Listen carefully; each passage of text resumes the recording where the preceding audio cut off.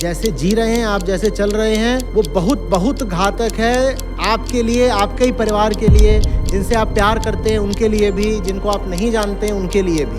Iran में आज सुबह 6:30 बजे तक इजराइल पर 300 पुतिन ने एक तरीके से सीधे तौर पर परमाणु आपको दिखाते हैं एक होनहार छात्र ने कैसे अपनी जान दी। एक किसान के बेटे ने खुशी कर रहे हैं तो क्या खाक पड़ेंगे। मिट्टी का तेल डालकर जलाने की कोशिश की। मैं आपसे ये समझना चाहता हूँ 2025 हमारे लिए खतरनाक क्यों है। तो कोई नेता खुल करके अपने देश की जनता को नहीं बता रहा है कि आप प्रलय के कितने पास आ चुके हैं, कोई नहीं बता रहा। 2015 से 2025 तक हद दर्जे की बेईमानी और मक्कारी करी है हमने। अब 2025 से 2030 में कैसे जादू कर लोगे? शायद हम इस पृथ्वी की पहली प्रजाति होंगे जिसने सेल्फ डिस्ट्रक्ट कराया।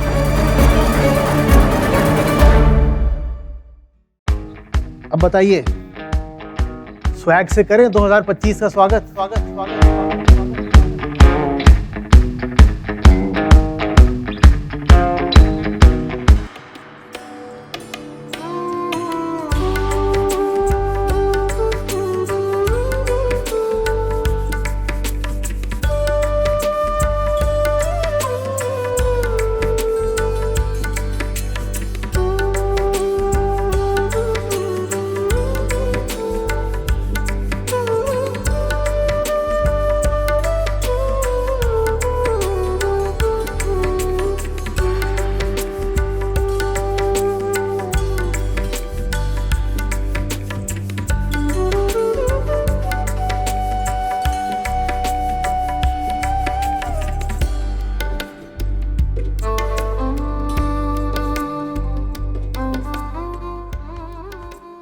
सर, पहला प्रश्न, आपने एक जगह पे कहा था कि 2025 एक निर्णायक साल होने वाला है, सबसे खतरनाक साल होने वाला है। खतरनाक है। तो मैं आपसे ये समझना चाहता हूँ कि आपने ऐसा क्यों कहा था? 2025 हमारे लिए खतरनाक क्यों होने वाला है? ये लोग तो हैप्पी न्यू ईयर कराने आए हैं सब, और शुरुआत में ही इससे हो गया कि 2025 आज तक का सबसे खतरनाक साल होने वाला है। Scary new year, happy new year की जगह। कारण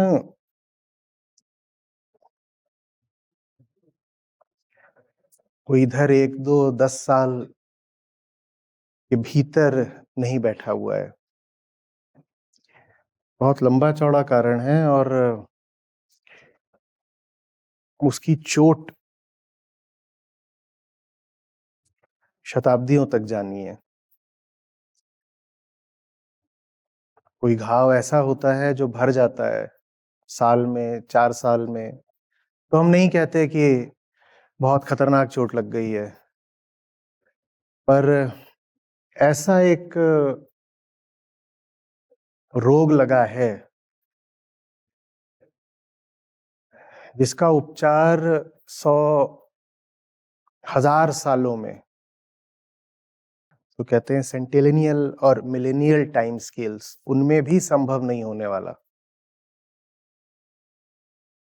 और घड़ी टिक टिक कर रही है, बहुत हमारे पास समय नहीं है, इसलिए मैंने कहा बहुत सोच समझ के, जिम्मेदारी के साथ, कि ये सबसे खतरनाक नववर्ष है मानव इतिहास का आज तक का, 2025। देखिए, United Nations framework convention on climate change है। इसमें बीच बीच में कुछ बातें बताऊंगा जो सूचना जैसी हैं, उसको ले लीजिएगा, उसी से बात पूरी समझ में आएगी। तो उसके तहत हर साल लोग मिलते हैं, जैसे अभी मिले थे ना बाकू में, सारे देश वहां पर बैठक करते हैं, उसे बोलते हैं कॉन्फ्रेंस ऑफ पार्टीज, COP। तो जो 15वीं COP हुई थी पेरिस में, वहां पेरिस समझौता हुआ। पेरिस समझौता, और पेरिस समझौते ने कहा 2015 में कि जितना अभी कार्बन एमिशन का स्तर है, इसको 45% घटाना होगा 2030 तक और नेट जीरो पर आना होगा 2050 तक। क्यों आना होगा? ये आंकड़े क्यों निर्धारित करे गए? इसलिए निर्धारित करे गए ताकि किसी भी तरीके से जो तापमान में वृद्धि है, ग्लोबल टेम्परेचर राइज है, उसको 2 डिग्री सेंटीग्रेड से नीचे रोका जा सके। ये उद्देश्य था।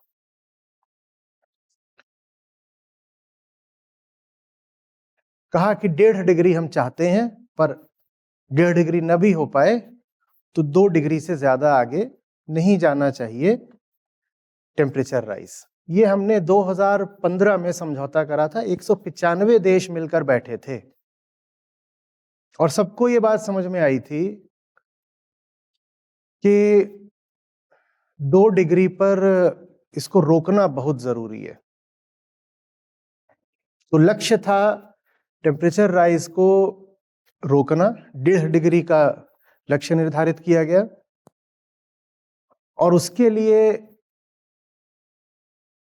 जो रास्ता सुझाया गया वो ये था कि 2030 तक अपने एमिशंस को लगभग आधा कर दो और 2050 तक नेट जीरो पर आ जाओ। नेट जीरो क्या होता है कि जितना एमिट कर रहे हो उतना प्राकृतिक रूप से इकोसिस्टम्स एब्जॉर्ब भी कर लें। तो कुल मिलाकर के ह्यूमन एक्टिविटी के द्वारा वातावरण में जरा भी कार्बन एडिशन न हो, ये नेट जीरो है। तो कहा गया कि नेट जीरो 2050 तक हो जाए और 2030 तक लगभग 45% आप कम कर दो। तो इसके लिए सब देशों ने मिल बैठ करके बड़ी लंबी चौड़ी नेगोशिएशंस खींचतान के बाद एनडीसीज अपने अपने लिए निर्धारित करे। एनडीसी क्या है? Nationally determined contribution. हर देश ने अपने लिए लक्ष्य बनाया कि मैं अपना अपना एमिशन इतना इतना कम करूंगा और वो लक्ष्य सबके अलग अलग थे क्योंकि सब देशों की आर्थिक पृष्ठभूमि दूसरी होती है। कोई अमीर है, कोई गरीब है, किसी के एमिशन ज्यादा हैं जैसे भारत के, पर कैपिटा एमिशन बहुत कम है। तो उसमें ये सब भी हुआ कि जो विकसित देश हैं जिन्होंने ऐतिहासिक रूप से ज्यादा एमिशंस करे हैं वो विकासशील देशों को पैसे भी देंगे, आर्थिक सहायता देंगे ताकि वो अपने एमिशंस कट कर सकें। बहुत तरह की उसमें बातें हुई, पर उन सारी बातों का जो सार था वो ये था कि 2030 तक 45% एमिशंस जितने हैं उनको कम करना है। अच्छा, तो और वो एमिशंस कम होते रहे, उस पर प्रगति होती रहे, उसके लिए कहा हर साल मिलेंगे और वो सीओपी होता है हर साल। और हर 5 साल में जो आपने अपने लिए टारगेट बनाए हैं उनको आपने कितना पाया, उसके हिसाब से अगले 5 साल के बनाए जाएंगे। तो 2015 में बने थे 2020 के लिए और फिर 2020 में बने हैं 2025 के लिए। अगले साल अब फिर से उसकी बजटिंग होगी कि किसको कहां जाना है। 2025 में अब हम फिर से वैश्विक स्तर पर सभी देश अपने अपने टारगेट एमिशंस का स्तर निर्धारित करने जा रहे हैं। ये होने जा रहा है 2025 में। तो हमने कहा था कि हम 2030 तक 45% कम करेंगे। खुशी मनाई थी, मिठाई बटी थी। अब मैं आपसे पूछ रहा हूं, क्या 2024 आ गया, 10 साल अब हो ही जाएंगे, 2025 लगेगा, तो 15 साल का हमने अपने आप को समय दिया था 2015 से 2030 के बीच में। उसमें से 10 साल हमने बिता दिए हैं और अब इस साल हम फिर से अपने लिए बजट निर्धारित करने जा रहे हैं और 2030 तक पहुंचने का आखिरी नेशनल बजट होगा सभी देशों का। तो बताइए हम कहां तक पहुंचे होंगे? हमें 45% कम करने थे और जो अभी हमारा कर्व है, जो हमारी ट्रेजेक्ट्री है, वो क्या बोल रही है? हमने कितना कम करा है? या क्या करा है? हमने ये करा है कि जो दुनिया भर के सारे देशों ने अपने लिए एनडीसी रखे हैं, अगर उनको आप 100% 100% भी पालो तो एमिशंस में बस 2% की कमी आने वाली है। ये आपका बेस्ट केस सिनेरियो है। अभी ये नहीं है कि आपने जो टारगेट बनाया वो अचीव नहीं हो रहा है। पेरिस एग्रीमेंट ने बोल दिया कि इतना करना है 2030 तक। अच्छा, इतना तो करना है, वो तो एक एग्रीगेट फिगर है ना। अब उस एग्रीगेट फिगर को सब देशों ने आपस में बांटा, 194 देश और 195 यूरोपियन यूनियन। इन्होंने आपस में बांटा, इतना इतना इतना इतना करना है। उन्होंने अपने अपने लिए लक्ष्य बनाए। ये जो लक्ष्य बनाए गए हैं, इनको अगर पूरा भी हासिल कर लिया जाए तो जो एमिशंस हैं उनमें बस 2.6% की कमी आने वाली है। अगर पूरा भी हासिल कर लिया जाए तो। और आपको क्या लगता है कितना हासिल किया जा रहा होगा? जिन्होंने जितने लक्ष्य बनाए हैं, ज्यादातर देश अपने लक्ष्यों का आधा भी नहीं हासिल कर रहे हैं। और जब हम प्रतिशत लेते हैं टारगेट कंप्लीशन का, तो उसमें जो देश सबसे पीछे हैं उनमें भारत का भी नाम है। ये अलग बात है कि आपने अपने लिए जो बनाया है लक्ष्य, टारगेट, एनडीसी, आप उसको अगर पा भी लो तो कुल मिलाकर के कितनी कमी कर पाओगे?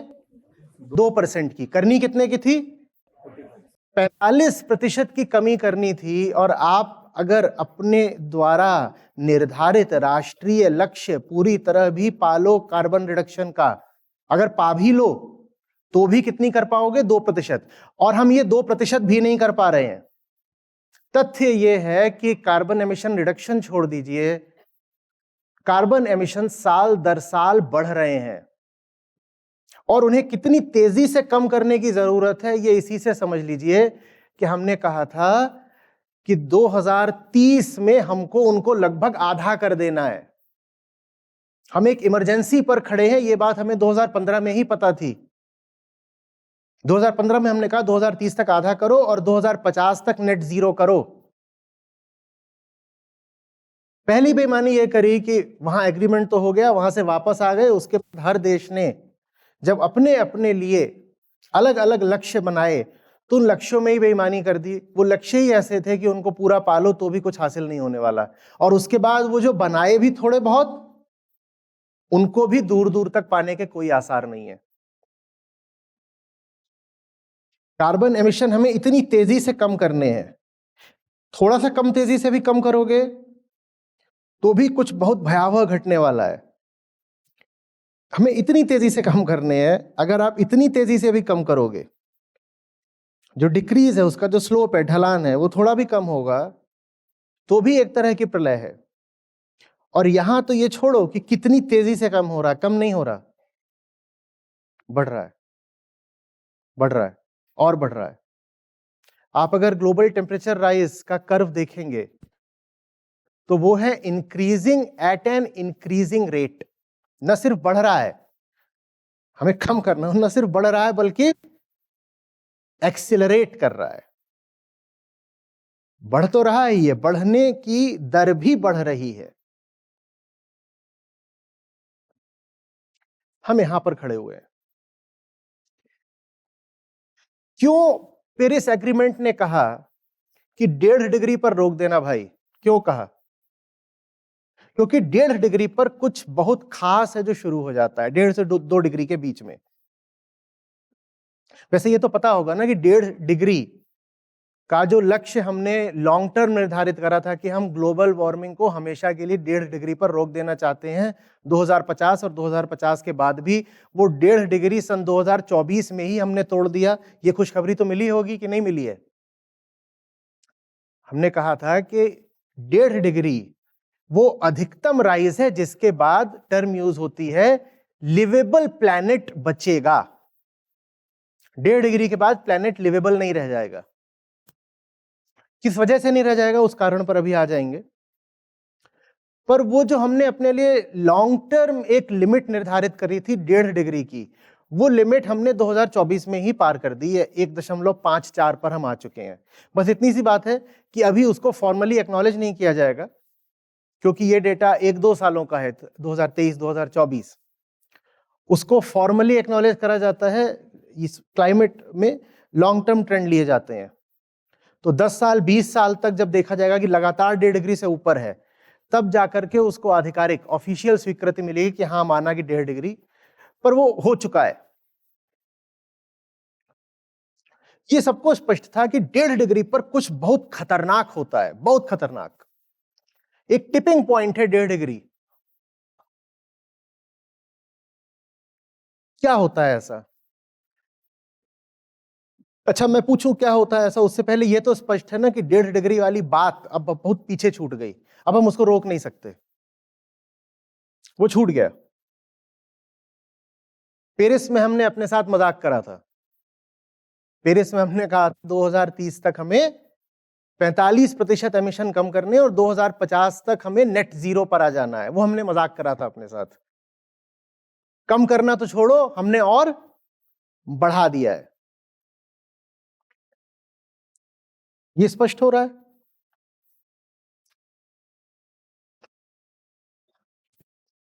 क्या होता है 1.5 डिग्री पर?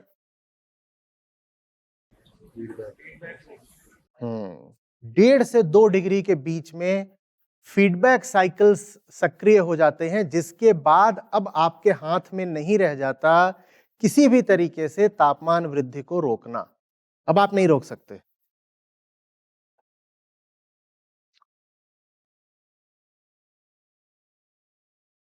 मीटरोलॉजी एग्जैक्ट साइंस नहीं है,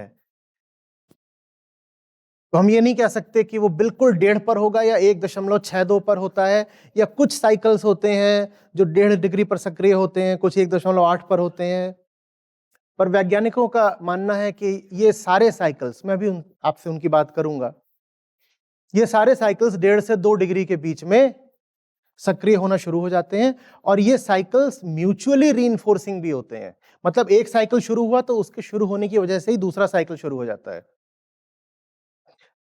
कैसे होते हैं साइकिल्स, समझेंगे। इनमें से 1-2 ऐसे हैं जिनकी मैं आपसे कई बार बात कर चुका हूं, तो आपको पता है। कुछ और आपको नए नए आज सुनाऊंगा नववर्ष की खुशी में।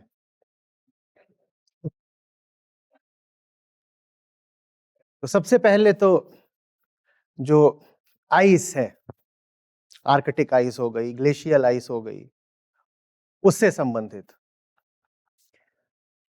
तो बर्फ सफेद रंग की होती है ना? तो उस पर जब धूप पड़ती है, रेडिएशन पड़ता है, तो क्या करेगी उसको?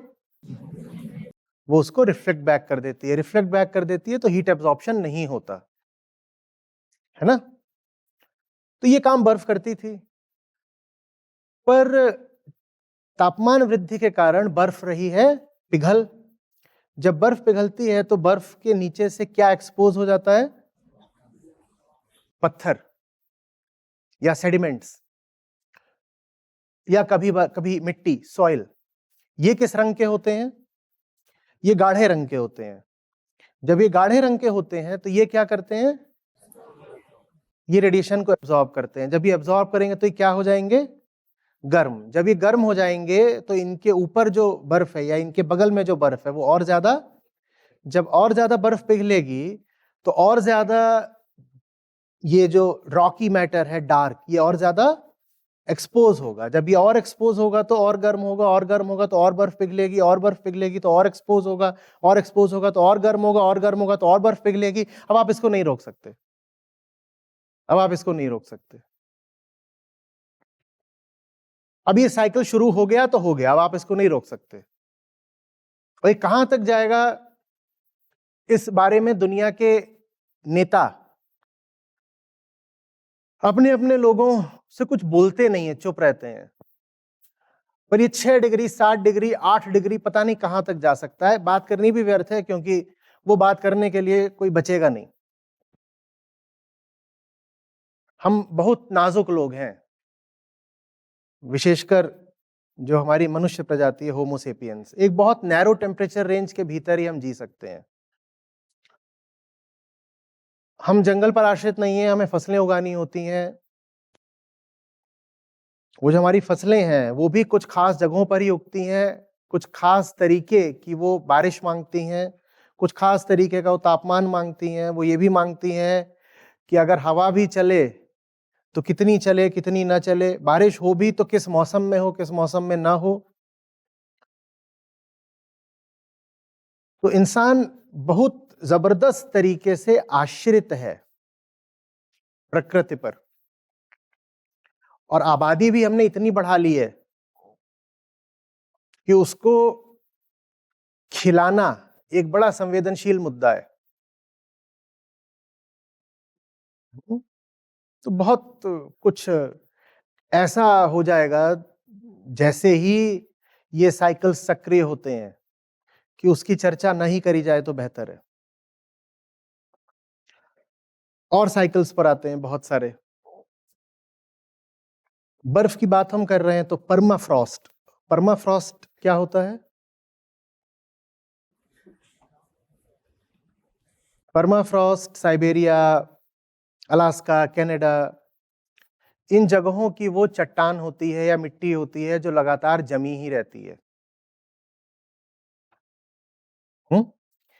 और जब ये जमी रहती है तो ये अपने भीतर बहुत सारा कार्बन रोके रहती है, बांधे रहती है। परमाफ्रॉस्ट में कितना कार्बन है? जितना पृथ्वी के पूरे वातावरण में कार्बन है उससे 2 गुना। लेकिन ये अभी तक सिक्वेस्टर्ड था, बंधा हुआ था, लॉक्ड था। क्यों लॉक्ड था? क्योंकि इसके ऊपर बर्फ चढ़ी हुई थी। इसके ऊपर बर्फ चढ़ी थी।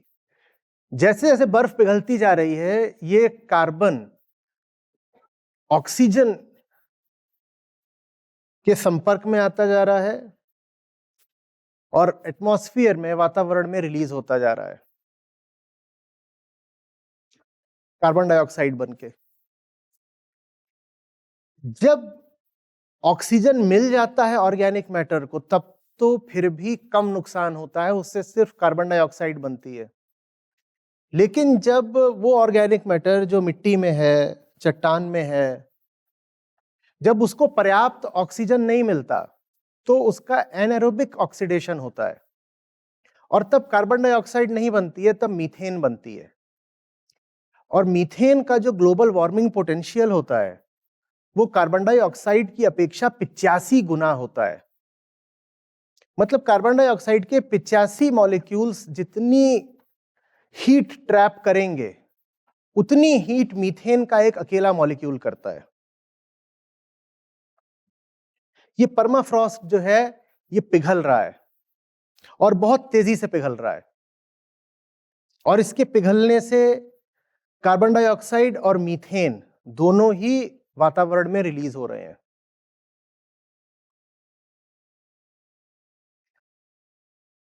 समझ में आ रही है बात ये? और इसको आप रोक नहीं सकते। उसने एक बार पिघलना शुरू किया तो क्या करेगा वो? हवा में क्या डालेगा? मीथेन। और मीथेन जैसे ही जाएगी वातावरण में, वो क्या करेगी? और तापमान बढ़ाएगी। जब और तापमान बढ़ाएगी तो परमाफ्रॉस्ट और पिघलेगा। जब और पिघलेगा तो वातावरण में और क्या जाएगी? मीथेन। जब वो जाएगी तो और तापमान बढ़ाएगी तो और पिघलेगा। इसको आप रोक नहीं सकते। आप नेट जीरो कर भी दीजिए तो भी ये नहीं रुकेगा। अब नेट जीरो का मतलब है कि ह्यूमन एक्टिविटी से हम अब कोई अतिरिक्त एडिशनल कार्बन डाइऑक्साइड एटमॉस्फेयर में नहीं जोड़ेंगे। आप मत भी जोड़ो तो भी ये साइकिल सक्रिय हो गया तो अब पछताए होत क्या? अब आपको जो करना है कर लो। तापमान तो अब इसको बोलते हैं रन अवे क्लाइमेट चेंज, जिसको आप रोक नहीं सकते। इसी के लिए शब्द इस्तेमाल होता है कार्बन बॉम्ब, जिसको आप रोक नहीं सकते। उसका चेन रिएक्शन होता है। अब वो शुरू हो गया तो अब हो गया, आप उसको नहीं रोक पाओगे।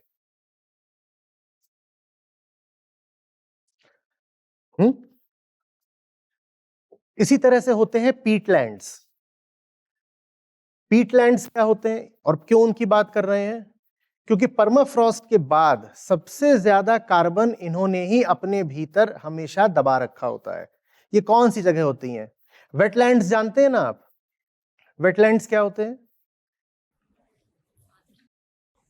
फ्लडेड जगह है, जहां पर जमीन के ऊपर या पत्थरों पे, मिट्टी पे या ऑर्गेनिक मैटर पे लगभग हमेशा पानी चढ़ा रहता है। लगभग हमेशा वहां पर पानी चढ़ा रहता है। जब वहां लगभग हमेशा पानी चढ़ा रहता है तो वहां पर ऑक्सीजन कम रहती है ना, ऑर्गेनिक मैटर है और उसके ऊपर लगातार पानी चढ़ा हुआ है, जैसे वेटलैंड होता है। तो अब जब पानी चढ़ा हुआ है तो नीचे जो ऑर्गेनिक मैटर है उसे ऑक्सीजन तो बहुत मिलेगी नहीं, कि मिलेगी?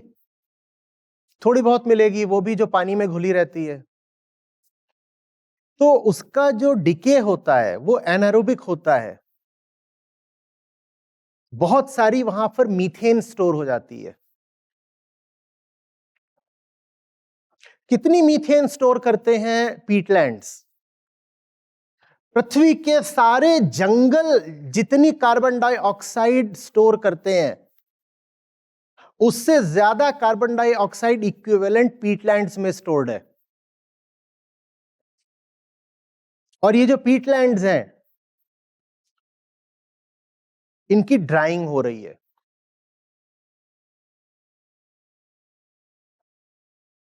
जैसे जैसे पृथ्वी गर्म होती जा रही है ये सूखते जा रहे हैं। सूखने के कारण सिर्फ यही नहीं है कि पृथ्वी गर्म हो रही है, ये भी है कि आप वहां पर जाकर के अर्बन डेवलपमेंट कर देते हो, या जो पीट होती है उसके कई तरीके के इस्तेमाल होते हैं, हॉर्टिकल्चर में होता है, फ्यूल में होता है, आप वो पीट निकाल लेते हो। तो ये पीटलैंड सूखते जा रहे हैं। तो पानी के नीचे जितनी मीथेन और कार्बन डाइऑक्साइड दबी हुई थी अब वो क्या हो रही है? वो एक्सपोज हो रही है। वो एक्सपोज हो रही है तो कहां जा रही है? वो वातावरण में जा रही है। जब वातावरण में जाएगी तो तापमान को और बढ़ा रही है। जब और बढ़ा रही है तो ये जो पीटलैंड है ये और ज्यादा सूख रहा है। और इनमें से परमाफ्रॉस्ट से और पीटलैंड से इतनी ज्यादा कार्बन डाइऑक्साइड निकलती है जितनी कि ह्यूमन एक्टिविटी से तो कभी निकल भी नहीं सकती। ह्यूमन एक्टिविटी से इतनी निकली है कि इंडस्ट्रियल एज आने के बाद से 1750 से अभी तक हमने 280 ppm से लगभग 430 ppm कर दिया है। ये हमारा काम है। पर ये करके हमने एक ऐसे दानव को जगा दिया है जो हमारी एक्टिविटी से कहीं ज्यादा कार्बन अब एटमॉस्फेयर में छोड़ रहा है। और ये सब कुछ शुरू हो चुका है। लेकिन दुनिया के नेता अपनी अपनी जनता से ये बात बिल्कुल नहीं कर रहे हैं। ये बात छुपाई जा रही है। क्यों छुपाई जा रही है? क्योंकि कार्बन एमिशन टारगेट्स अगर आपको मीट करने हैं तो आपकी जो विकास की अवधारणा है और जिस तरीके के चुनावी सपने बेचे जाते हैं जनता को, वो रोकने पड़ेंगे। तो कोई नेता खुल करके अपने देश की जनता को नहीं बता रहा है कि आप प्रलय के कितने पास आ चुके हैं। कोई नहीं बता रहा। अमेरिका में जैसे नेताओं ने तो 2020 में बाहर ही कर दिया था अमेरिका को पेरिस समझौते से ही, फिर वो वापस किया 2021 में। पर वो अभी भी यही कह रहे हैं कि नहीं, हम मानते नहीं कि एंथ्रोपोजेनिक है क्लाइमेट चेंज। जहां मान भी लिया गया है वहां मैंने आपको बताया ही कि जो राष्ट्रीय लक्ष्य हमने चुने हैं रिडक्शन के, वो कितने बचकाने हैं। जैसे चुटकुलाओ कि उन लक्ष्यों को पा भी लो तो हमने क्या कहा, कितना % रिडक्शन हो जाएगा? 2%। और करना कितना था? 45%। कोई नेता, कोई राजनेता अपने देश से सच नहीं बोल रहा है, क्योंकि ये जो सच है ये बहुत बहुत कड़वा होगा। ये सच हमसे कहेगा कि अपने बाकी सारे धंधे छोड़ो, अपनी बाकी सारी वरीयताएं पीछे रखो। सीधे सीधे तुम्हारे अस्तित्व का सवाल है। खासकर अगर तुम अभी युवा हो और तुम्हारे बच्चे वगैरह हैं तो तुम अपने बच्चों के लिए बिल्कुल नर्क की आग छोड़ के जा रहे हो। आज तुम्हारे बच्चे को जरा सी धूप लग जाए या गर्मी लग जाए तो तुम कहते हो अरे अरे ये क्या हो गया। बिजली चली जाए, एसी ना चले, तुम्हारा बच्चा परेशान हो जाता है और तुम अपने बच्चे के लिए सीधे सीधे हेल फायर छोड़ के जा रहे हो। लेकिन ये बात कोई नेता बताएगा नहीं। मीडिया इसको कवर नहीं कर रहा है, क्योंकि कवर करने का मतलब होगा कि जलजला सा आएगा बिल्कुल।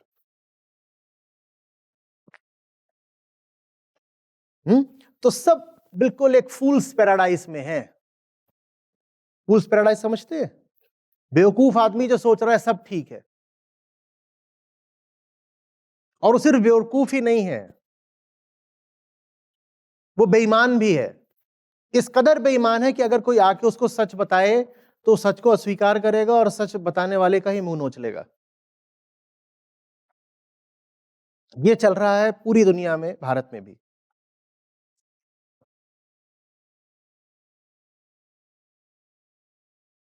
हम फीडबैक साइकिल्स की बात कर रहे थे, समुद्र पर आते हैं। 3-4 तरह के फीडबैक साइकिल्स हैं जो सीधे सीधे समुद्र से संबंधित हैं। बिल्कुल समुद्र की सतह से शुरुआत करते हैं। जब तापमान बढ़ता है तो जाहिर सी बात है कि ज्यादा पानी भाप बनेगा, वाष्पीकृत होगा, और ये जो वाटर वेपर है ये अपने आप में एक जबरदस्त ग्रीन हाउस गैस होती है।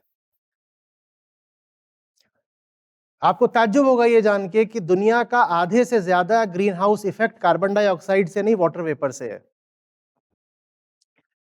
क्योंकि वाटर वेपर वातावरण में बहुत प्रचुरता से मौजूद है। 70% तो हमारा सरफेस एरिया ओशंस का है ना, तो वहां पर वाटर वेपर बहुत मौजूद रहती है। और जब तापमान बढ़ेगा तो वाटर वेपर भी बढ़ेगी, ज्यादा वेपराइज होगा ना, वो और क्लाइमेट चेंज को बढ़ाएगा। जब क्लाइमेट चेंज बढ़ेगा तो उसका वाष्पीकरण, वेपोराइजेशन भी बढ़ेगा, तो भाप बढ़ेगी, भाप बढ़ेगी तो और गर्मी होगी, और गर्मी होगी तो और भाप बढ़ेगी, और भाप बढ़ेगी तो और गर्मी होगी। और ये सब चल रहा है, ये सतह पर होता है। इसी तरीके से ओशंस की जो कार्बन कैरिंग कैपेसिटी होती है वो टेम्परेचर से इनवर्सली प्रोपोर्शनल होती है। तापमान जब बढ़ता है तो पानी के लिए कार्बन डाइऑक्साइड सोखना मुश्किल होता जाता है।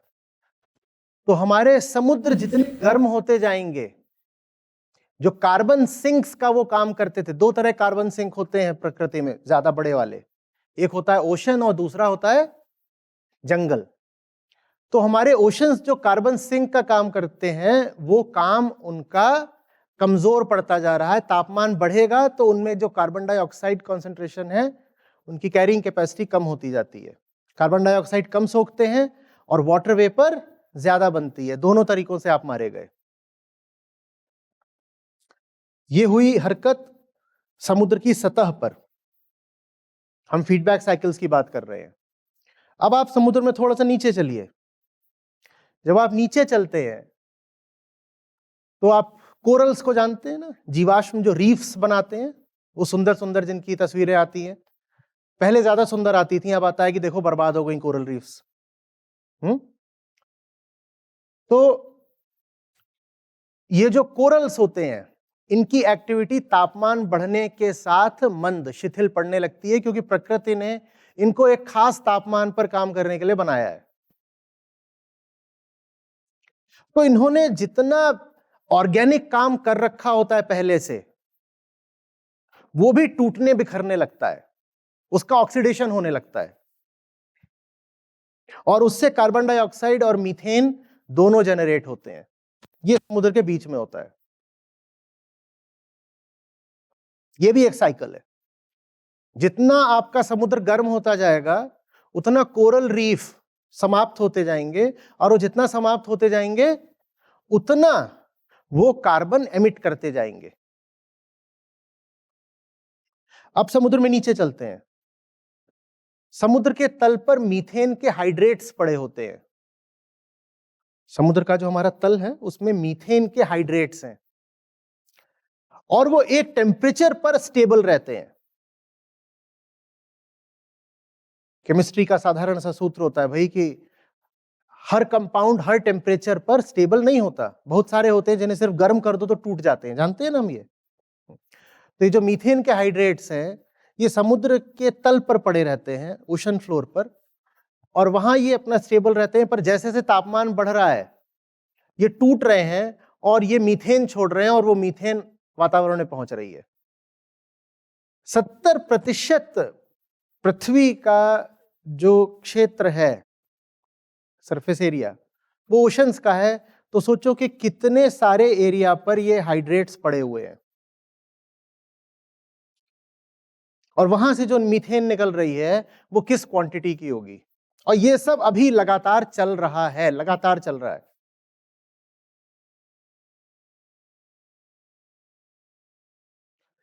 समझ में आ रही है बात? ये बहुत दूर की लग रही है। अच्छा, ओशन दूर का है, तो ये जो मिट्टी है ना हमारी, ये मिट्टी भी जब गर्म होती है तो इसमें जो ऑर्गेनिक मैटर होता है उसका ऑक्सीडेशन होता है। ये मिट्टी खुद कार्बन डाइऑक्साइड एमिट करने लग जाती है जैसे जैसे तापमान बढ़ता है।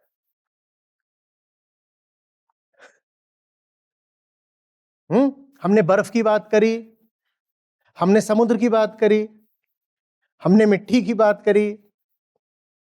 अब हम जंगलों की बात करें कि जंगलों में ये फीडबैक साइकिल्स कैसे सक्रिय हो रहे हैं। एक पेड़ होता है जो कार्बन डाइऑक्साइड सोखता है, ये तो हम सब जानते हैं। तो अगर इकोसिस्टम हरा भरा है, प्राकृतिक है, स्वस्थ है, तो पेड़ का काम होता है कार्बन डाइऑक्साइड सोखते जाना। इसको बोलते हैं उसकी सीक्वेस्टरिंग, कि देखो वो कार्बन डाइऑक्साइड जो वातावरण में रहती तो घातक हो सकती थी, पेड़ ने उसको क्या बना दिया? पेड़ ने उसको तना बना दिया, पत्ती बना दिया, फल बना दिया, सब्जी बना दिया। तो पेड़ बड़ा जादू करता है, वो कार्बन डाइऑक्साइड को लेके उससे अच्छी अच्छी चीजें बना देता है। लेकिन वही पेड़ जब गिर जाता है तो उसका जो ऑर्गेनिक मटेरियल है, वो तना है, वो डिकम्पोज होगा। और जब वो डिकम्पोज होगा, डिकम्पोजिशन आप सब जानते हैं, ऑक्सीडेशन की प्रक्रिया होती है।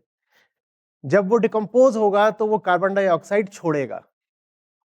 एकदम उल्टा हो जाएगा मामला। कहां तो वो कार्बन डाइऑक्साइड सोखा करता था और अब वो कार्बन डाइऑक्साइड एमिट कर रहा है। वो कार्बन सिंक होता था जंगल, वो कार्बन सोर्स बन गया है।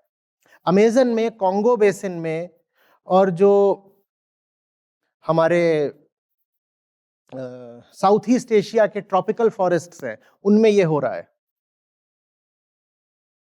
उनके बहुत बड़े बड़े इलाके हैं इस वक्त जो नेट कार्बन सोर्सेस बन चुके हैं। मतलब उस जंगल के होने से कार्बन और ज्यादा एमिट हो रहा है। क्यों? फॉरेस्ट फायर आ गई। आपने तापमान इतना बढ़ा दिया, दुनिया के सब देशों में 2022 में, 2023 में किस कदर फॉरेस्ट फायर्स हुई थी वो सब आप जानते ही है ना। जब फॉरेस्ट फायर लगेगी तो क्या होगा? जलेगा सब कुछ। जब सब कुछ जलेगा तो क्या होगा? कार्बन डाइऑक्साइड एमिट होगी।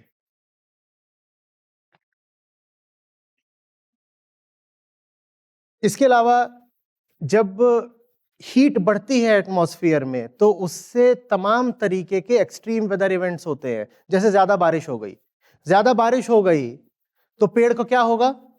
गिरेगा। जब गिरेगा तो डिकम्पोज होगा। जबरदस्त तूफान आ गया, जबरदस्त तूफान आएंगे तो पेड़ों का क्या होगा? गिरेंगे। जब गिरेंगे तो डिकम्पोज होंगे। तो वही पेड़ जिन्होंने दुनिया भर की कार्बन अपने भीतर समा रखी थी, उन्हीं पेड़ों के लिए हमने ऐसा माहौल, ऐसा मौसम तैयार कर दिया है कि वही पेड़ उल्टे अब कार्बन एमिट कर रहे हैं। जिएगा तो सूखेगा, और गिरेगा या जलेगा तो उत्सर्जित करेगा, एमिट करेगा। और ये चल रहा है। जितना आप टेम्परेचर बढ़ाते जा रहे हो उतने साइक्लोन्स बढ़ते जा रहे हैं। साइक्लोन्स बढ़ते जा रहे हैं तो पेड़ों को क्या होता जा रहा है? गिरते जा रहे हैं। इसके अलावा जैसे जैसे वेदर चेंज होता है वैसे वैसे एक पेड़ के लिए अपनी पूरी ऊंचाई पाना असंभव, मुश्किल होता जाता है। एक जबरदस्त किस्म का चक्रवात आ जाए, न जाने कितने पेड़ उखड़ जाएंगे। बारिश का जो पूरा पैटर्न है वो बदल जाए तो कहां से पेड़ खड़ा होगा? पहले तो खड़ा नहीं होगा, माने जो सूखने का काम था कार्बन डाइऑक्साइड वो नहीं करेगा। दूसरे, जितना वो पेड़ है भी उतना भी नहीं रहेगा, वो गिर जाएगा। जब गिरेगा तो और ज्यादा एमिशन करेगा। और ये मैं अभी एंथ्रोपोजेनिक एमिशंस की बात नहीं कर रहा हूं। मैं नहीं बात कर रहा हूं कि हमारा जो एनर्जी और ट्रांसपोर्ट सेक्टर है वो कितनी कार्बन एमिट करता है। मैं नहीं बात कर रहा हूं कि हमारी फूड इंडस्ट्री और एग्रीकल्चर कितना कार्बन एमिट करते हैं। मैं बात कर रहा हूं नेचुरल फीडबैक साइकिल्स की, जो एंथ्रोपोजेनिक है भी नहीं, जो अब हमारे कंट्रोल में, नियंत्रण में है भी नहीं। माने आप बिल्कुल साधु बन जाइए, आप कहिए मैं सुधर गया, मैं सीधा आदमी हो गया, अब मैं कोई कार्बन नहीं एमिट करूंगा, गलती हो गई, माफ कर दो। आप ये कर भी दो तो भी अब मामला नहीं रुकने का, तीर छूट चुका है।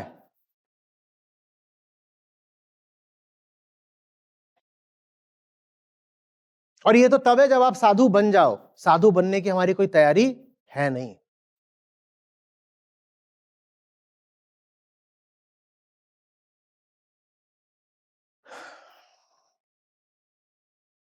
अब बताइए, स्वैग से करें 2025 का स्वागत?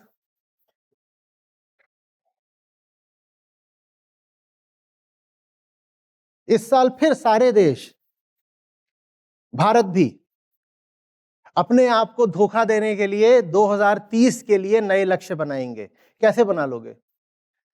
2015 से 2025 तक हद दर्जे की बेईमानी और मक्कारी करी है हमने। अब 2025 से 2030 में कैसे जादू कर लोगे? छोटा काम ही नहीं करा के आया तो बड़ा काम कैसे कर लोगे? ये लगभग ऐसी बात है कि एक आदमी को 3 दिन में 3 किलोमीटर चलना था, ठीक है? वो इतना आलसी और मक्कार है कि 2 दिन में चला 50 मीटर। 3 दिन में कितना चलना था? 3 किलोमीटर, माने 3000 मीटर। 2 दिन में वो चला है 50 मीटर और कह रहा है कोई बात नहीं, आखिरी दिन 2950 चलूंगा। ये हो सकता है? तुम अगर इतना चल सकते तो तुमने पहले 2 दिन ही कुछ चल लिया होता। 2025 में सब देश मिलकर के फिर से एक दूसरे से और स्वयं से झूठ बोलेंगे। कोई तरीका नहीं है कि 2030 में 1% भी रिडक्शन हो पाए। 45% तो दूर की बात है। हमारा कार्बन एमिशन का स्तर हर साल और बढ़ रहा है।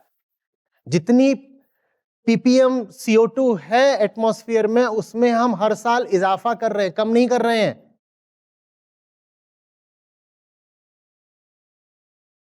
और प्रकृति ने अब बात अपने हाथ में ले ली है। वो कह रही है अब मैं देख रही हूं। अब फीडबैक साइकिल्स प्रकृति के पास है, हमारे पास नहीं है। और ये सब फीडबैक साइकिल्स एक दूसरे को भी रीइंफोर्स करते हैं। उदाहरण के लिए, अगर परमाफ्रॉस्ट पिघल रहा है तो ओशन का भी वेपोराइजेशन बढ़ रहा है। एक साइकिल दूसरे साइकिल को रीइंफोर्स कर रहा है और आपस में ये सब एक दूसरे को एक तरह का कंपाउंडिंग इफेक्ट दे रहे हैं। और इस पूरी प्रक्रिया में जो हम कार्बन डाइऑक्साइड ऐड कर रहे हैं वो तो अलग है, हम जितनी जोड़ रहे हैं वो तो अलग ही है।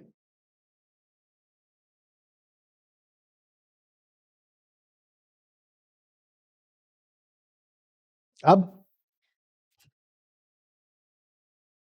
पृथ्वी के भीतर बहुत जबरदस्त तरीके का कार्बन भरा हुआ है। जितना कार्बन पृथ्वी की सतह पर है, और सतह माने इतना ही नहीं कि जहां मिट्टी होती है, थोड़ा गहराई तक, वायुमंडल में, वातावरण में, तो उसका एक बहुत छोटा सा प्रतिशत है। ये जो कार्बन हमारे एटमॉस्फेयर में भर गया है, ये कहां से आया है? मंगल ग्रह से आया है क्या? कहां से आया है? ये पृथ्वी की सतह से ही तो आया है ना। हाँ। और हम अपनी हवस की पूर्ति के लिए पृथ्वी को हर तरीके से लगातार खोदते जा रहे हैं, हर तरीके से। पृथ्वी का ही कार्बन है, इस मिट्टी का, इसके नीचे की चट्टानों का, यही कार्बन है जो ऊपर जा रहा है। नीचे से सीधे सीधे मीथेन और कार्बन डाइऑक्साइड भी निकल सकते हैं, या नीचे से फ्यूल, ऑयल, गैस निकल सकते हैं, जिनको जब आप जलाते हो तब वो कार्बन डाइऑक्साइड बन जाते हैं। पर वातावरण में जितना भी कार्बन डाइऑक्साइड है वो आया पृथ्वी से ही है, और पृथ्वी से वो अपने आप नहीं आया, हमने निकाला है। हम अपनी हवस के लिए वहां पृथ्वी को खोदते जा रहे हैं, हर तरीके से बर्बाद करते जा रहे हैं, और उसका जो कार्बन है वो यहां आता जा रहा है।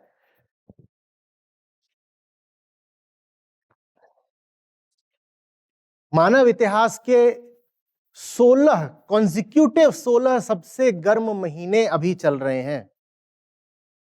अभी ये जो पिछले 16 महीने हैं ना, एक दो नहीं, पिछले 16 महीने क्रमशः क्रमवार मानव इतिहास के सबसे गर्म महीने हैं। अब सोचना भी नहीं पड़ता, अब हमें पता है कि जो अगला महीना आएगा वो भी मानव इतिहास का सबसे गर्म महीना होगा। और हमें यह भी पता होता है कि वो बहुत ठंडा महीना होगा। उदाहरण के लिए जब आप जनवरी 2025 की बात करो, वो बड़ा गर्म होने वाला है, जैसे दिसंबर गर्म है। ये दिसंबर है, इसमें जो औसत तापमान है वो भी ज्यादा है, और जो औसत वृष्टि है, प्रेसिपिटेशन है, वो भी बहुत ज्यादा है। न इतनी बारिश होती है दिसंबर में, और न माहौल इतना गर्म रहता है दिसंबर में।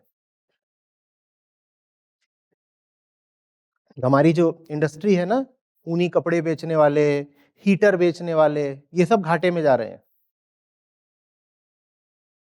बड़ा गर्म दिसंबर है और बारिश और हो रही है। छाते वालों को नहीं समझ में आ रहा कि हम क्यों चूक गए। हीटर वाले कह रहे हैं हम छाते के बिजनेस में आ जाएं तो चलेगा। ये जो हमारा दशक ही चल रहा है, ये मानव इतिहास का आज तक का सबसे गर्म दशक है।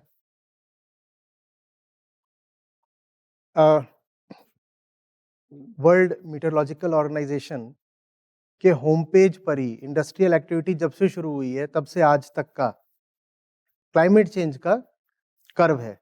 वो कर्व एक बार दिखाओ सबको, या कहीं भी और भी मिलेगा।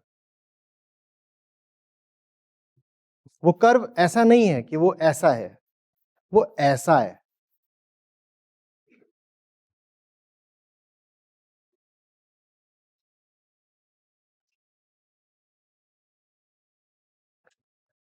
हम अपने आप को इंटेलिजेंट स्पीशीज बोलते हैं। शायद हम इस पृथ्वी की पहली प्रजाति होंगे जिसने सेल्फ डिस्ट्रक्ट करा है। इंटेलिजेंट। हम बाकी प्रजातियों कहते हैं उनके पास बुद्धि नहीं है, ज्ञान नहीं है, चेतना नहीं है। मनुष्य इस पृथ्वी की पहली इकलौती प्रजाति होने जा रहा है जिसने स्वयं को ही वाइप आउट कर दिया। और उस पर तुर्रा ये कि अभी भी बहुत मिलेंगे फन्ने खां जो कहेंगे ये सब तो होक्स है। बताओ कहां कोई गर्मी है, इतनी तो ठंडी है। इतनी गर्मी है तो तूने ये क्यों पहन रखा है, उतार दे।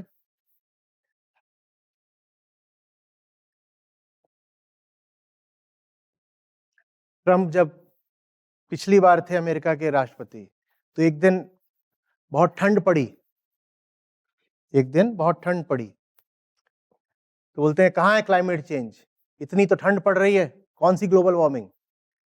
तो भारत की एक बच्ची थी उत्तर पूर्व की, उसने कहा कि अंकल पहले तो आप क्लास 4 में जाओ और वेदर और क्लाइमेट का अंतर पढ़ो, डेफिनेशन नहीं पता है आपको। बात एक व्यक्ति की नहीं है, ऐसी बातें कर करके दुनिया के सबसे विकसित मुल्क में राष्ट्रपति का चुनाव जीत लिया गया। खतरनाक बात यह है कि अगर चुनाव जीतने हैं तो ऐसी बातें करनी जरूरी है। खतरनाक बात यह है कि दुनिया में जो भी लोग चुनाव जीत रहे हैं वो ऐसी ही बातें करके जीत रहे हैं। पिछले 6-7 सालों से दुनिया भर में राइट विंग बहुत मजबूत होती जा रही है, और राइट विंग का क्लाइमेट चेंज पे या तो इनडिफरेंस का स्टैंड है या डिनायलिज्म का।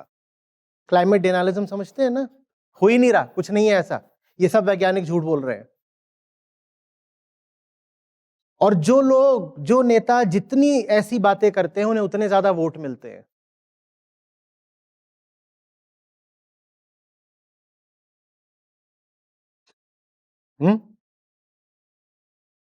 है कुछ?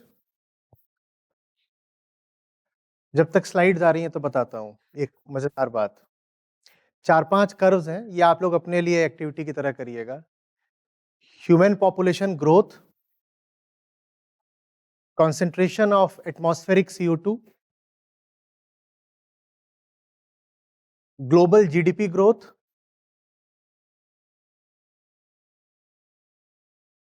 global industrial production,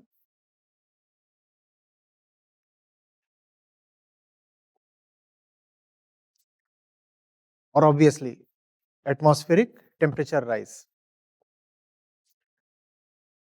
इनके कर्व्स अगल बगल रख के देखिएगा क्या पता चलता है। इनके सबके दुनिया की जीडीपी ग्रोथ, दुनिया की जनसंख्या ग्रोथ और दुनिया की कार्बन डाइऑक्साइड और टेम्परेचर की राइज, ये सारे कर्व्स जब आप अगल बगल रख के देखेंगे 1750 से लेकर के 2020 तक, तो आपको क्या दिखाई देगा? ये सारे कर्व्स बिल्कुल एक हैं, एकदम एक है। बात बहुत सीधी है। दो चीजें हैं जो मार रही हैं हमारे ग्रह को, हमारी प्रजाति को, सारी प्रजातियों को।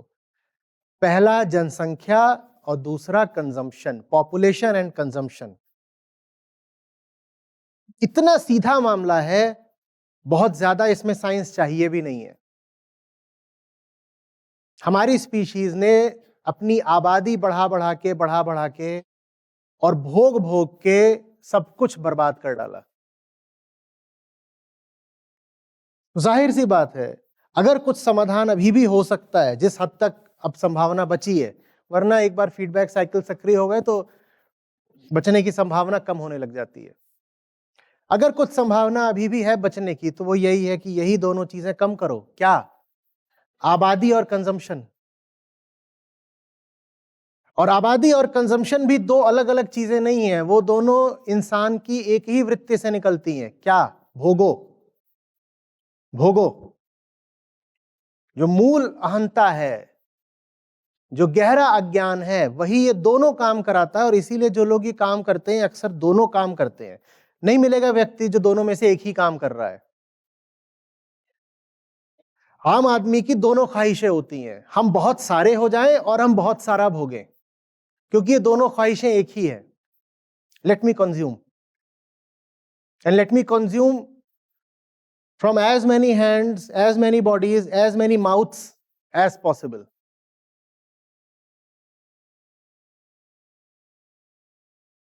आपकी संस्था जो काम कर रही है वो समाधान है, वो एकमात्र समाधान है। और ये बहुत विवशता की स्थिति होती है जब आप जानते हो कि समाधान क्या है, पर उस समाधान को कार्यान्वित करने का, एग्जीक्यूट करने का आपके पास कोई तरीका नहीं होता। मेरे पास एक ही तरीका है कि मैं आपको बता रहा हूं बार बार, जितने तरीकों से हो सके। उसके अलावा न तो नीति निर्धारण में मेरा कोई दखल है, ना आपके निर्णयों पर।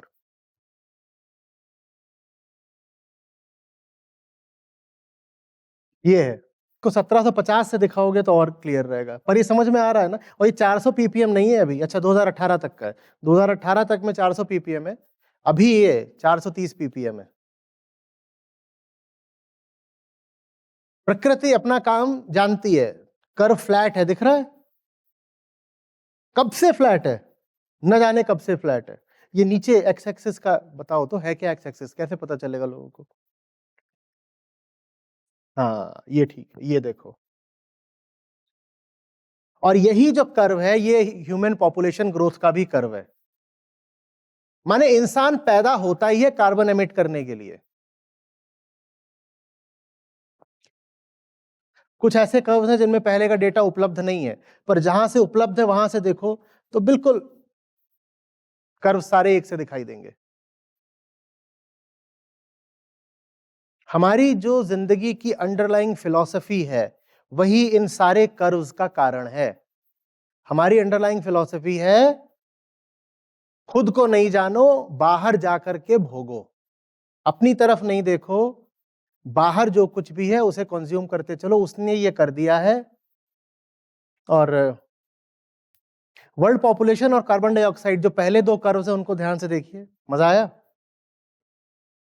एकदम एक है ना। बस लोग कहते हैं कैसे कम करें CO2 कॉन्सेंट्रेशन, ये रहा, देख लो। इसी तरीके से जो फॉरेस्ट लॉस है और जो पॉपुलेशन का कर्व है, वो देखो। आप पैदा होते हो, जब मैंने कहा कि एक बच्चा अगर आज पैदा होता है तो हजारों लाखों पौधों और पशुओं और पेड़ों की लाश पर पैदा होता है, तो लोगों को बड़ा बुरा लगा। बोले ऐसे क्यों बोल रहे हैं, हमारा बच्चा पैदा होगा तो वो क्या लाखों पेड़ काटेगा, लाखों जानवर काटेगा? वो देखो, पहला कर्व देखो और आखिरी कर्व देखो।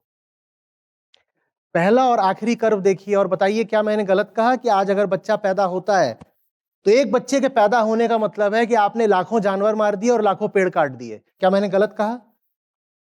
पहला और आखिरी कर्व देख लीजिए। इसमें आप और भी कर्व्स ऐड कर सकते हैं। मटेरियल प्रोडक्शन, हम कितना इंडस्ट्रियल प्रोडक्शन कर रहे हैं प्रतिवर्ष, वो कर्व भी बिल्कुल ऐसा ही है। वही अज्ञान की वृत्ति जो हमें मजबूर करती है और बच्चे पैदा करो और बच्चे पैदा करो, वही वृत्ति हमें कहती है कि अब भोगो भी तो, और चीजें होनी चाहिए। अब 3-4 बच्चे हो गए हैं तो घर बड़ा लेना पड़ेगा। इतने सारे लोग क्या एक स्कूटर में बैठ के चलेंगे, तो अब गाड़ी भी लेनी पड़ेगी। जिसको हम कहते हैं ना, family is the unit of society. थोड़ा सब्र से सोचिएगा, family is the unit of consumption. हमारी पारिवारिक और सामाजिक व्यवस्था बनी ही इसीलिए है कि हम अपनी तादाद बढ़ाएं और खुशहाली के नाम पर और ज्यादा पृथ्वी को बर्बाद करें। वो चल गया था, एक लंबे अरसे तक वो चल गया था, लगभग 1850 तक भी वो चल जाता, 1900 तक भी चल रहा था। अब नहीं चल सकता। तो कोई ये तर्क ना दे कि अरे हजारों सालों से जो व्यवस्था चली आ रही है वो तोड़ दे। क्या हजारों सालों से ये नहीं हो रहा था? अब जो हुआ है यकायक हुआ है और बहुत जबरदस्त हुआ है। तो हजारों सालों का तर्क और हजारों सालों की दुहाई मत दो।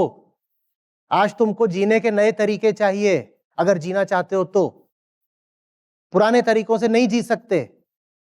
पुराने अरमान अब नहीं चलेंगे कि पढ़ाई क्यों की है, ताकि पैसा आ जाए, ताकि घर खरीदूं, ताकि ये करूं वो करूं, 50 काम करूं, नई इंडस्ट्री लगानी है, जंगल काटने हैं, मैंस कॉन्क्वेस्ट ऑफ नेचर, ये सब करके दिखाना है। और हैप्पी लाइफ का मतलब ये है कि देखो मैं दुनिया का सबसे अमीर आदमी हूं, तो मेरे 12 बच्चे हैं 5 औरतों से। ये तुम आज से 2000 साल पहले के जानवर हो, वो ये सब काम करता था। आज का जरा भी सजग आदमी होगा वो ये देखेगा ना, ये सब आंकड़े हैं या मैं बस बकवास ही करता रहता हूं? हम इनसे बहस कर सकते हैं? और आप बहस करके मुझे रोक सकते हो। जो फीडबैक साइकिल सब एक्टिवेट हो गए उनको रोक लोगे क्या? रोक लोगे? हमने कहा फॉरेस्ट सबसे बड़ा सिंक होता है। अगर हम यहां पर एक कर्व और दिखा पाए कि पृथ्वी के पूरे क्षेत्रफल का कितना हिस्सा जंगलों द्वारा आच्छादित था 16वीं शताब्दी, 17वीं शताब्दी और वर्तमान में, तो आपको एक बड़ी जबरदस्त चीज देखने को मिलेगी। 50%। एक बहुत लंबे अरसे तक पृथ्वी के 50% क्षेत्र पर जंगल थे, 50%। अभी कितने हैं? 30। 50 से नीचे ये पृथ्वी चल ही नहीं सकती। अगर वैसे समझो तो इंसान अगर बदतमीजी ना करे तो पृथ्वी में कितने क्षेत्र पर जंगल होंगे? 2 क्षेत्रों को अगर तुम हटा दो, 2 तरह के डेजर्ट होते हैं, एक कोल्ड डेजर्ट और एक हॉट डेजर्ट। उनको हटा दो तो हर जगह जंगल ही जंगल होगा। लगभग पूरी पृथ्वी ही जंगल ही होगी। जो सबसे ठंडी जगह होती है ना, वहां भी बड़े जबरदस्त जंगल होते हैं, उन्हें बोरियल फॉरेस्ट्स बोलते हैं। जो साइबेरियन फॉरेस्ट, कोनिफेरस फॉरेस्ट, ये सब होते हैं, सब वहां भी जंगल होते हैं। इंसान की बदतमीजी से पहले लगभग पूरी पृथ्वी की जंगल थी। रेगिस्तान को हटा दो और जो एकदम ही बर्फ से ढके हुए क्षेत्र हैं उनको हटा दो, तो उसको घटाते घटाते हम 30% पर ले आए हैं। 30% भी सरकारी आंकड़ा है। इसमें क्वालिटी ऑफ जंगल जब तुम शामिल करते हो तो और ज्यादा धक्का लगता है। सरकारें किसी तरह अपना पिंड छुड़ाने के लिए कहीं पर जहां बहुत कम ट्री डेंसिटी हो, उसको भी क्या डिक्लेयर कर देती हैं कि ये तो फॉरेस्ट है। कहीं पर यूनिकल्चर, मोनोकल्चर कर दिया, उसको भी क्या बोल देते हैं कि ये तो फॉरेस्ट है।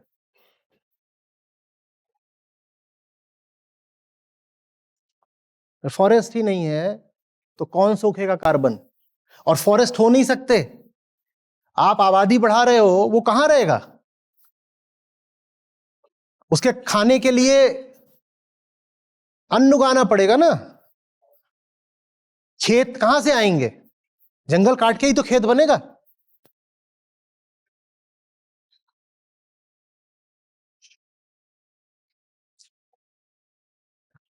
और हमारा फॉरेस्ट कवर हर साल और कम होता जा रहा है।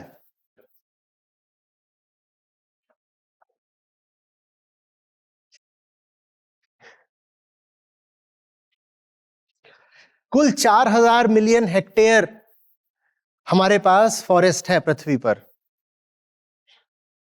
और लगभग पिछले 10 सालों में ही हमने उसमें से 500 हटा दिया। हम इतनी जल्दी में हैं। Come on baby, make it fast. हम बहुत जल्दी में हैं।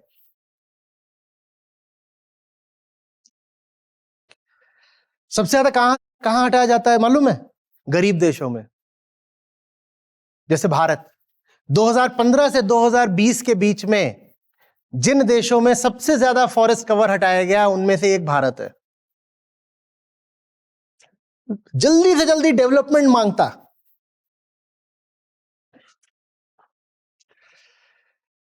और सबसे वेल प्रिजर्व फॉरेस्ट कौन से हैं? जो आपके टेम्परेट फॉरेस्ट हैं यूरोप वगैरह के, और जो और ऊपर के आपके साइबेरियन फॉरेस्ट वगैरह है, वो फिर भी बचे हुए हैं। सबसे ज्यादा काटे कहां जा रहे हैं?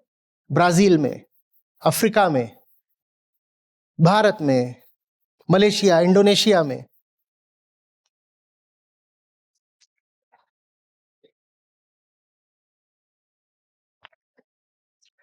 जो अमीर हुआ है यूं ही अमीर थोड़ी हुआ है। वो अमीर इसीलिए तो हुआ है ना कि अपनी मौज करेगा, मर्जी चलाएगा, दूसरे को भोगेगा।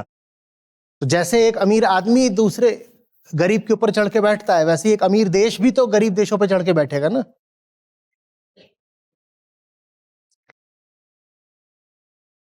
क्या समाधान है इसका? जब तक हम इंसान को ही नहीं बदलेंगे, हम देश को कैसे बदल सकते हैं? बदल सकते हैं। हम इंसान को नहीं बदलेंगे तो पॉलिसीज बदलने वाली हैं क्या? कौन बदलेगा पॉलिसीज? वेदांत पूछता है ना, करता कौन है? डूअर कौन है? डूअर को बदले बिना डीड बदल सकती है क्या? तो आपके साथ आपकी संस्था इसी डूअर को, एक्टर को, कर्ता को बदलने का प्रयास कर रही है, पर ऐसा लगता नहीं कि हमारी गति पर्याप्त है। जिस पैमाने पर यह काम होना चाहिए उससे बहुत छोटे पैमाने पर हो रहा है। और समय ये 39 पे कैसे रुक गया यार? अभी ये 30 पहुंच गया है लगभग। अच्छा 2015 है। ये ऐसे गिर रहा है। अब जो पॉपुलेशन वाला कर्व है उसको उल्टा करके इसके ऊपर लगा दो तो दोनों कैसे हो जाएंगे? एकदम एक से हो जाएंगे। पॉपुलेशन बढ़ी, फॉरेस्ट घटा।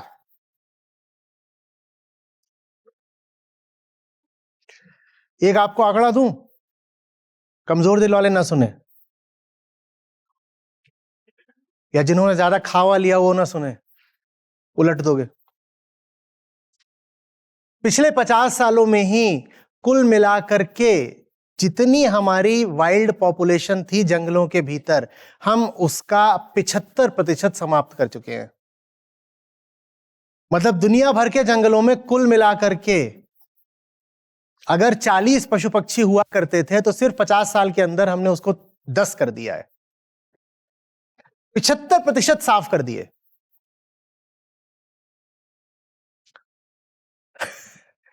ये है थलचर, जो रहते हैं जमीन पर, और जब उनकी बात करो जो रहते हैं पानी के नीचे, 85% साफ कर दिए। कोई नहीं बच रहा इस पृथ्वी पर हमारे अलावा। हम किसी को भी नहीं छोड़ रहे हैं, एकदम ही नहीं कोई बच रहा। सोचिए ना, 85% पॉपुलेशन डिक्लाइन, मनुष्य की तादाद बढ़ती जा रही है और दूसरों को पिछले 50 साल के अंदर अंदर हमने 85% खत्म कर दिया, वो एकदम ही नहीं बचे।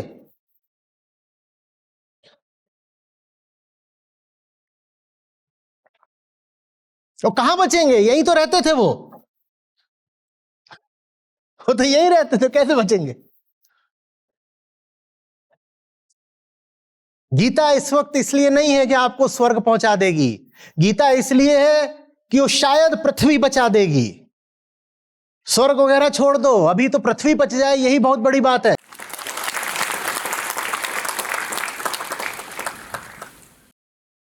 कैसे रुकेगा? समाधान क्या है?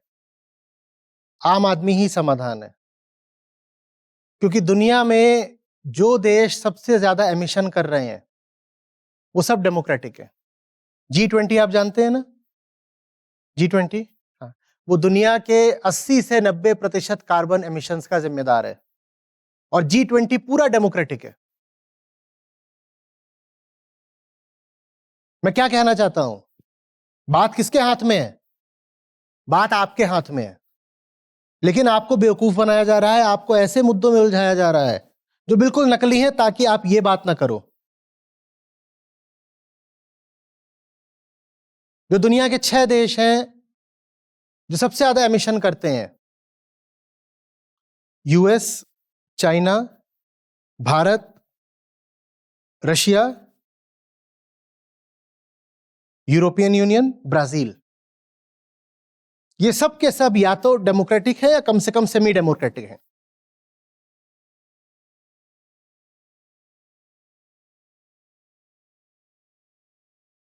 ये कोई एक राजनेता नहीं कर रहा है, ये जनता करवा रही है, ये हम करवा रहे हैं।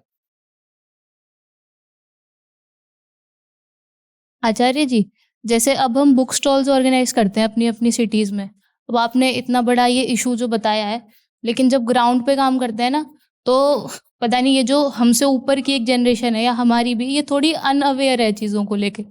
तो हम फ्यूचर जनरेशन्स की तरफ कैसे फोकस कर सकते हैं, क्योंकि ये जो जनरेशन है ये बदलने को तैयार ही नहीं है, तो बचेंगे ही नहीं तो बदलेंगे कैसे? तो फ्यूचर की तरफ हम संस्था के बाहर हैं, तो संस्था के बाहर रह के अपना पूरा जोर कैसे लगा सकते हैं? आप हमसे क्या एक्सपेक्ट करते हैं कि आपने हमें ये बात बता दी, हम कैसे अपने आसपास इस बात को और जोर शोर से पहुंचाएं, मतलब रेट बढ़ा दें उसका बहुत ज्यादा? देखो, बात उम्र की भी इतनी नहीं होती है, वरना होने को ये भी हो सकता है कि कोई 70 साल का हो। ये मुद्दा बहुत सीधा है, इसमें कोई बड़ी जटिलता नहीं है कि किसी ने इंजीनियरिंग पढ़ी होगी या मैथ्स पढ़ी होगी या साइंस पढ़ी होगी या क्लाइमेट साइंस पढ़ा होगा तो ही ये समझेगा, इसमें ऐसा कुछ है नहीं। नियत, बात नियत की है, और नियत की खराबी मालूम है क्या है? मैं कुछ भी तब करूं ना जब मुझे उससे कुछ लाभ होता हो। इसमें मुझे क्या मिलेगा? मैं 70 साल का हो गया हूं, मुझे पता है 5 साल में मर जाऊंगा, तो मैं अपना कंजम्पशन कट करूं तो किसके लिए?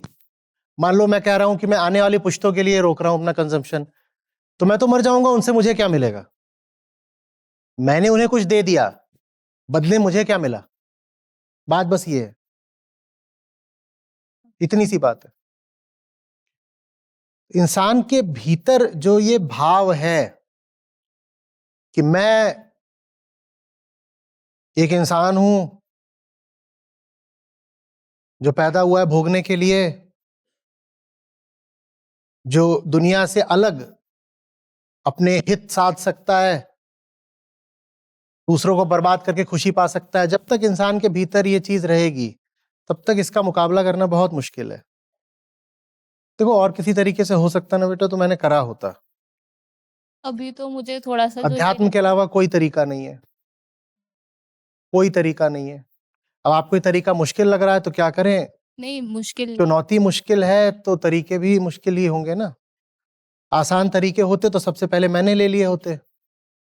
हमें अभी सोल्यूशन यही है कि जिनको ये बात थोड़ी समझ में आ रही है वो अपने डरों को बिल्कुल पीछे छोड़ के बस उतरना पड़ेगा। उतरना पड़ेगा, आपको ये बात बोलनी पड़ेगी, डंके की चोट पर बोलनी पड़ेगी। आप बोल नहीं रहे हो, नहीं तो इसमें से काफी कुछ तो ऐसा है जो अलग अलग मौकों पर मैं पहले भी बता चुका हूं, और ये सारी पब्लिकली अवेलेबल इंफॉर्मेशन है। आप खुद भी इसको लेकर के क्या करना है, प्रिंट आउट ही तो निकालने हैं, लेकर के कहीं पे लगा दो या बांट दो, और क्या करना है। आप बुक स्टॉल पर जाते हो, मैं उस बात से भी समझ रहा हूँ, और जो बोलने में तेवर है उससे भी समझ रहा हूँ कि साहस है, और वो साहस हमारे यहाँ भी बहुत कम लोगों में है, बहुत ज्यादा डरे हुए लोग हैं हमारे। वो ऐसा ही है जैसा अभी है ना, कि मैं इधर देख रहा हूँ और सब इधर देख रहे हैं, एक साथ नहीं देख रहे हैं किसी दिशा में। मुझे तो अभी यही समझ में आता है कि जान बिल्कुल हथेली पे रख के आपको बाहर ही आना वो पड़ेगा, नहीं है, सब मान्यता छोड़ के पूरा। वैसा नहीं है। अभी हम बहुत होशियार लोग हैं ना, बचेंगे ही नहीं, हम होशियारी अपने क्या आप को, करेंगे। हाँ, हम अपने आप को बहुत स्मार्ट समझते हैं। हम कहते हैं कि नहीं नहीं, 50-50 करके चलने का, रिस्क नहीं लेने का, इधर भी बना के चलने का, उधर भी नाराज नहीं करने का। तो वो उसके साथ ज्यादा कुछ हो नहीं सकता। मैं व्यक्तिगत रूप से अपने आप को ये दिलासा दे लूंगा कि मैं अधिकतम जो कर सकता था मैंने करा। जब इधर देखता हूं तो मुझे ये भी पता होता है कि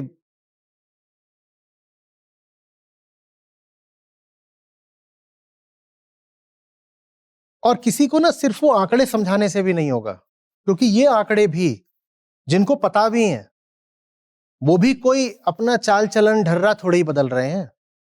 जब तक इंसान का केंद्र ही नहीं बदलोगे, उसका सेंटर ही नहीं बदलोगे, तब तक पहली बात तो वो ये आंकड़े जानना नहीं चाहेगा, और अगर जान भी गया तो कहेगा सो व्हाट, मुझे क्या फर्क पड़ता है, मौज करो। अभी आपका ये चल रहा है कार्यक्रम, इसमें आप खोजिए आपको संस्था से कितने लोग दिखाई दे रहे हैं। 250 लोगों की संस्था है अभी, जिसमें से लगभग आधे लोग तो सिर्फ आपकी काउंसलिंग का काम करते हैं।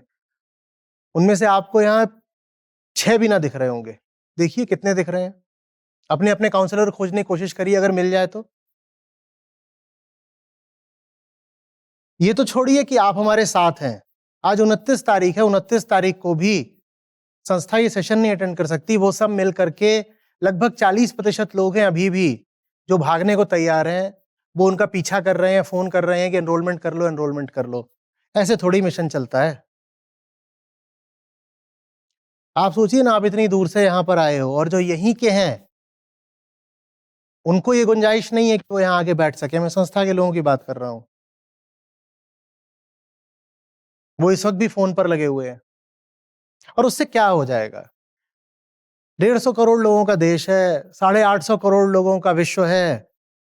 ये मेरे 100-125 लोग कितने लोगों से संपर्क साध लेंगे? और 10 से संपर्क करो तो एक को बात समझ में आती है। ये बहुत बहुत छोटी संख्या है मैं जिसके साथ काम कर रहा हूं, बहुत छोटी संख्या। और जिनको मेरे साथ होना चाहिए वो साथ नहीं है, वो बोझ है, वो चुनौती है, वो बहुत बड़ा बोझ है। हर महीने उनको ढोना पड़ता है और बहुत श्रम जाता है संस्था का उनको साथ लेकर चलने में ही।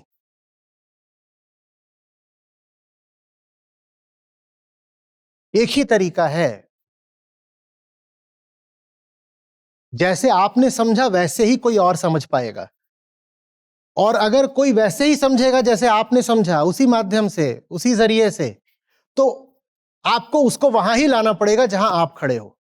अब आप चाहो तो ये सोच लो कि मैं अपने स्वार्थ के लिए बोल रहा हूं, मुझे अपना कोई भव्य मकान बंगला बनवाना है, या आप ये सोच लो कि यही एकमात्र समाधान है जो मुझे दिख रहा है। आपको पूरी जान लगा के लोगों को गीता में लाना पड़ेगा। आप ये नहीं कह सकते कि आप ग्राहक हो और संस्था की दुकान है, आप आए, आपने यहां से चीज खरीद ली और आप चले गए हो। नहीं नहीं नहीं, जो ये बात हो रही है अगर समझ में आ रही है तो जाओ और लोगों को लेकर के आओ, उन्हें पकड़ पकड़ के सत्र दिखाओ, भागने मत दो। और नहीं कोई तरीका है। जब तक ये 100-150 लोग ही संस्था की आवाज हैं और हाथ पांव हैं, तब तक काम में बहुत गति नहीं आ पाएगी। और इन 100-150 लोगों को भी बहुत विरोध झेलना पड़ता है आप लोगों से ही, तो ये भी टूट टूट करके फिर बिखरते हैं। ये संख्या बढ़े तो फिर इनमें विरोध को झेलने का दम भी बढ़े। अभी तो इनको ये दिखाई देता है कि it's us versus the world, it's the 150 of us versus the entire world, and in the entire world includes the Gita community also. सबसे ज्यादा तकलीफ तो उनसे ही होती है। मेरी दृष्टि में इसके अलावा कोई तरीका नहीं है। हो सकता है कि मैं गलतफहमी में हूं, बिल्कुल हो सकता है, पर जितना मैंने इस मुद्दे को समझा है, आपको मैं बहुत ऊपर ऊपर की बातें बता रहा हूं, जितना 1 घंटे में समझाया जा सकता है, पर इसमें गहराई में भी जाकर के दुनिया में और जितने तरीके काम हो रहे हैं उनको भी देखा है कि क्या पता वहां पे कोई समाधान संभव हो, कहीं कोई समाधान नहीं है। एक स्टार्टअप है अभी, वो कह रही है कि हम डीकार्बनाइज कर देंगे एटमॉस्फेयर को। उसके बारे में मैंने विस्तार से पढ़ा तो पता चला कि ये जो कर रहे हो पूरा नकली काम है, कुछ नहीं होने का इससे। बस फंड्स इकट्ठा कर लेंगे, बहुत सारे लोगों को बेवकूफ बना लेंगे, और इस तरह की बहुत सारी बातें हो रही हैं। टेक्नोलॉजिकल सॉल्यूशन निकाल देंगे, कुछ कर देंगे। एकमात्र समाधान जो मुझे दिखाई दिया, जो काम करता है, कर रहा है, और हमारे पास प्रूफ ऑफ कॉन्सेप्ट है। मैं अगर उन लोगों को लूं जो सचमुच मेरे साथ जुड़े हुए हैं, तो उनका जो पर कैपिटा एमिशन है, उनके वो सारे काम हैं जो पृथ्वी को नुकसान पहुंचाते हैं, वो कम से कम 70-80% कम हो जाते हैं। तो मेरे पास प्रूफ ऑफ कॉन्सेप्ट भी है। जो गीता में आता है वो इस ग्रह के लिए, सभी प्रजातियों के लिए वरदान बन जाता है, मैं जानता हूं। और ये सिद्ध होता है, लगातार सिद्ध होता है। लेकिन वो संख्या बहुत छोटी है, सारी समस्या संख्या की आ रही है। The numbers, the resources and the numbers, वहीं पे सब अटक जा रहा है। जो जानते हैं संस्था को, उन्हें ये बोलते हुए बिल्कुल भी झिझक नहीं होती कि आपकी संस्था इस वक्त दुनिया का सबसे जरूरी काम कर रही है, और शायद हम अकेले हैं जो उस काम को उस तरह से कर रहे हैं कि सफलता मिल रही है। लेकिन ये जरूरी काम बहुत छोटे पैमाने पर हो रहा है, क्योंकि बाकी लोग कहते हैं कि काम संस्था का है, हमारा थोड़ी है। आप जाने अपने आप को संस्था का ग्राहक समझते हैं, क्या समझते हैं मालूम नहीं। मत करो भाई संस्था के नाम पर, अपने नाम पर कर लो, पर करो। 5-6 लाइन बोलना चाहते हैं।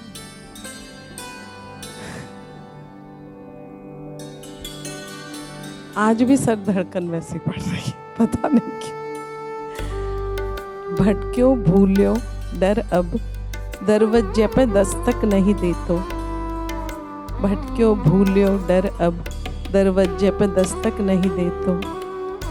मौज है गई प्रेमी मेरो, गल बहियां ही रहतो। मौज है गई प्रेमी मेरो, गल बहियां ही रहतो। पकड़ा पकड़ी घेरा घेरी को नाही यो खेलो। भय जीव जगत एक है, आत्म अब फैलायो उजियालो।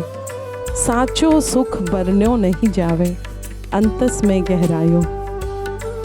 साहस प्रेम गठ जोड़ कियो, गुरु मंत्र यो दीप जलायो। साहस प्रेम गठ जोड़ कियो, गुरु मंत्र यो दीप जलायो। सर आपका एक वो है कि जहाँ प्रेम होता है वहीं साहस होता है। इसके ऊपर मन में आया था तो ये 5-6 दिन।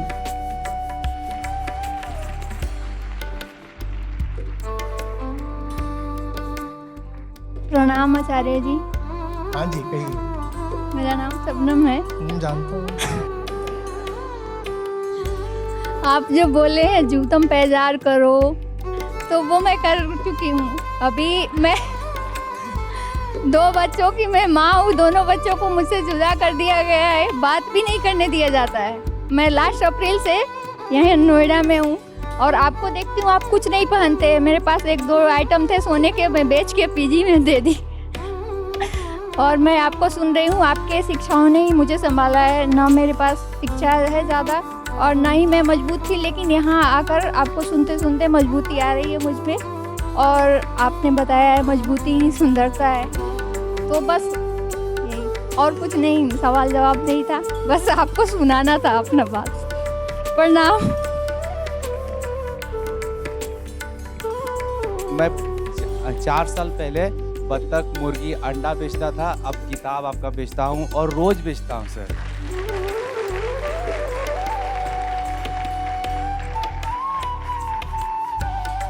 अजहर जी, आपको बस एक बात बोलनी थी कि जब मैं 21 साल का था, मतलब 2-3 साल पहले, तो मेरे पिताजी लगभग 3 वर्षों से बीमार थे और उनकी मृत्यु हो गई। तो उसके बाद मतलब घर में कोई फाइनेंशियल सपोर्ट था नहीं, तो मैं हमेशा मतलब एकदम दिल फटा सा रहता था कि ये मेरे साथ क्यों हुआ। मतलब मेरे चारों तरफ दोस्त हैं, उनके साथ ऐसा नहीं है, मेरे ही साथ ऐसा क्यों हुआ, मुझे ऐसा क्यों करना पड़ रहा है। मतलब वो जो तड़पन होती है अकेले में कि पिता नहीं है, हर दिन सुबह उठ के यही ख्याल आता था कि मेरे पिता नहीं है और जो भी मुश्किलें मुझे झेलनी पड़ रही, क्यों झेलनी पड़ रही। लेकिन जब से आपको सुनना चालू किया, आज 8-9 महीने से मैं गीता सत्रों से जुड़ा हुआ, अब पिता की कमी धीरे धीरे कम होने लगी है।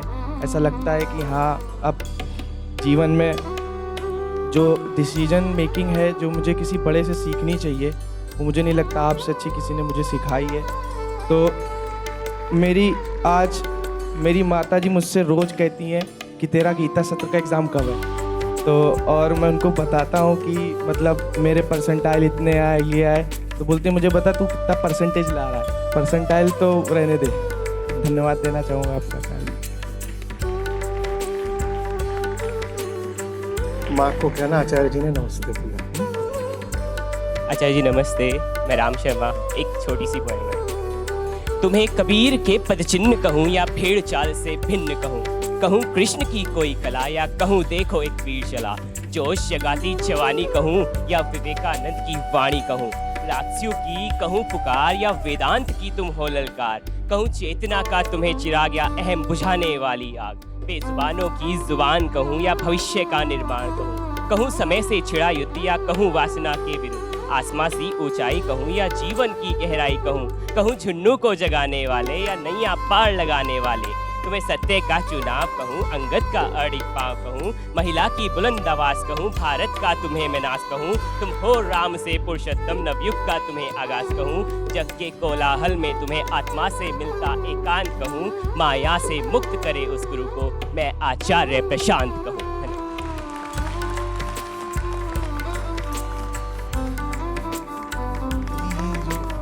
ऊर्जा है, इतने ही जोश और इतने ही तेवर के साथ बाहर निकल करके दुनिया में, समाज में, है ना, थोड़ा ललकार, थोड़ी पुकार जगाओ, है ना, तब मजा आएगा,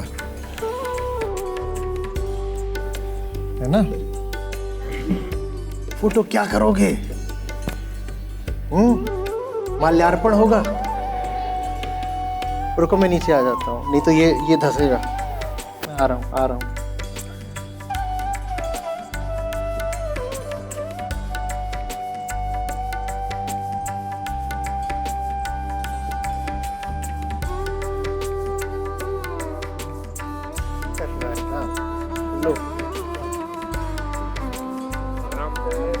लो ये भी ले लो, ये भी ले लो। हो गया। हाँ।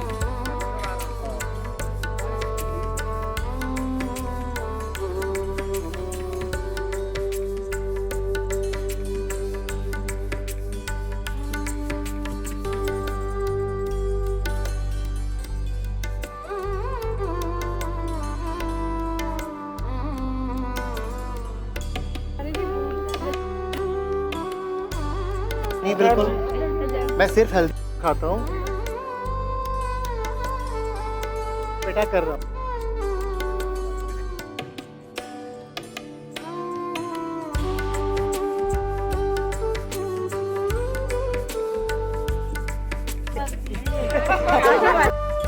फोटो लो, ये है।